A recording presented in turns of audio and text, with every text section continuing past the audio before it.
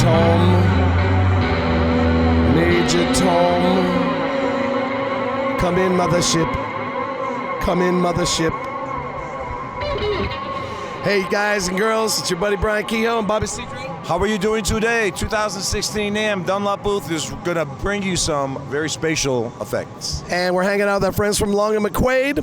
And what you just heard Bobby play through was the M300 Mxr Reverb. It has 6 carefully crafted reverbs built from the ground up. We have a plate, a spring, we have an epic, which is like a hall, yes, and a modulated reverb. We also have a room for a smaller environment, and what Bobby was just playing was a pad, kind of a shimmer octave kind of effect.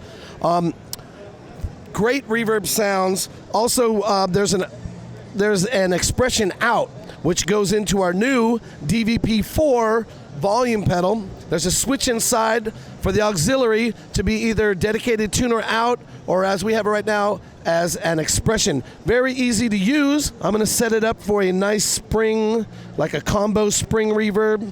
Give us a little... And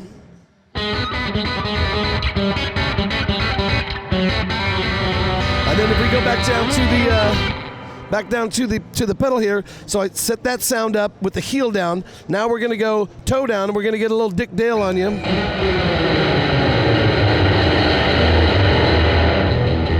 And then we back it off, and you can go in the middle.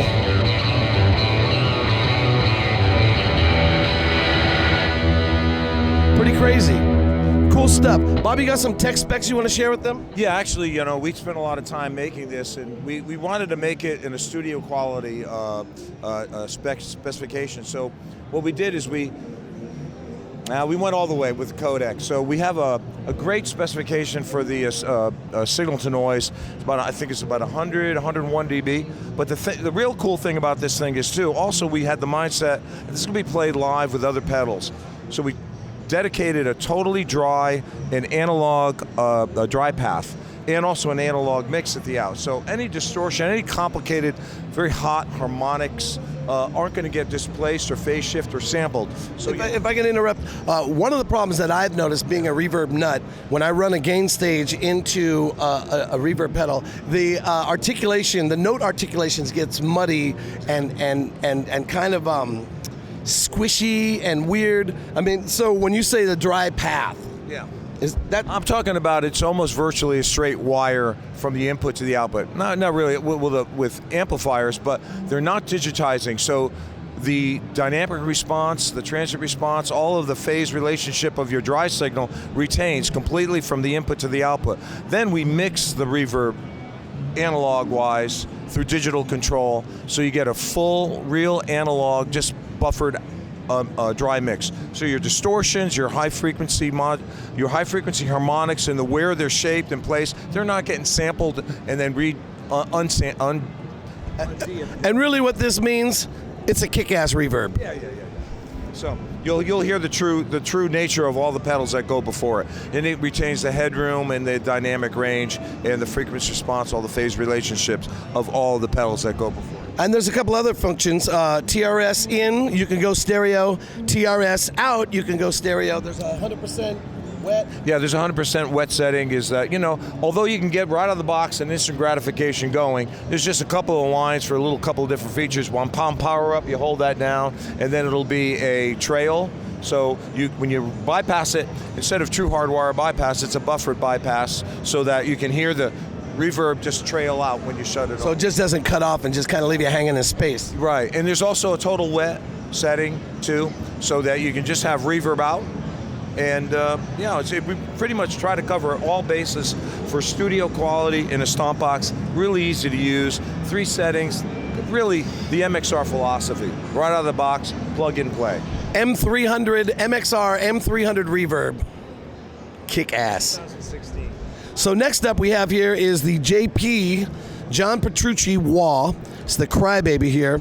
John Petrucci uses our rack wah on tour, and he wanted that same kind of sound, and he wanted that same kind of settings. Yeah, all the settings that are in a rack wah, which you can adjust, which is the heel and toe frequency, the volume, the Q, which is the intensity of the filter, and also 6-band EQ, which can really sculpt the toe and heel frequencies and the response, so you can get, either a quacky, very bright, articulate, or cutting glass, or real rounded, smooth. Well, the way he uses it, he tailors it to go into distortion. So, in a very lot of legato and butt pick. He uses it to kind of notch frequencies to work with the harmonies and the melodies that he's rocking. So heel down to toe down, he wants a nice big response. He doesn't want it to fall apart at all. He EQs all of the EQs, so it's a nice, smooth. Because he's not doing a whole lot of wacka wacka. He's not playing disco music. No. So again, all those settings comes factory set at John's specifications. However, we offer them to the end user, open up the back panel, all those adjustments you can tailor yourself. So essentially, we taken a rack wah, married all the settings of John's into the factory presets. Factory preset is John's tone and the way John uses it. You can change all of those parameters to your liking as well. So we took a crybaby wah and put it in a rack. That's a lot of versatility. You rack and put it in a wah. We rack into a wah.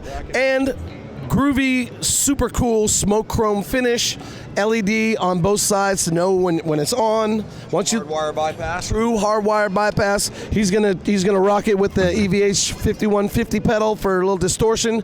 Show him what it sounds like.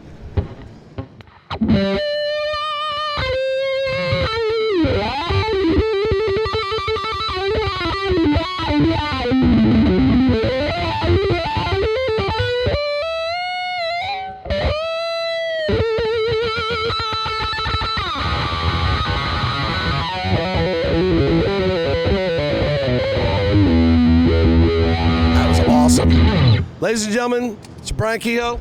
Bobby Cedar saying goodbye. Summer NAMM is coming up, but we're in winter right now. I don't know. I'm late. And it's snowing back east. But anyway, Dunlop booth 2016. Thank you for stopping by. Adios, amigos.